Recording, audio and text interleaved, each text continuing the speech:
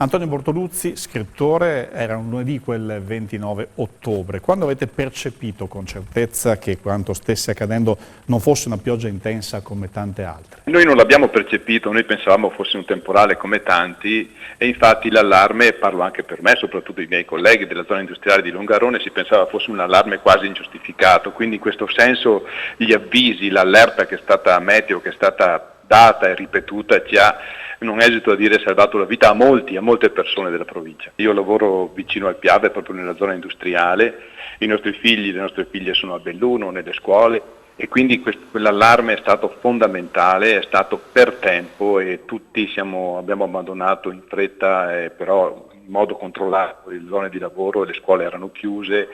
Questo aspetto, insomma, io sono nato prima dell'alluvione del 1966 e mi sentivo un po' forte di questo, insomma, come dire, le alluvioni, le cose sono state, però questa era una cosa veramente immensa e se non ci fosse stato questo allarme oggi racconteremo un'altra storia. Cosa insegna Vaia, Bortoluzzi? Vaia insegna a me, che ho 57 anni, che dobbiamo considerare l'ambiente in cui viviamo non così stabile come siamo stati abituati a pensarlo per tanti anni.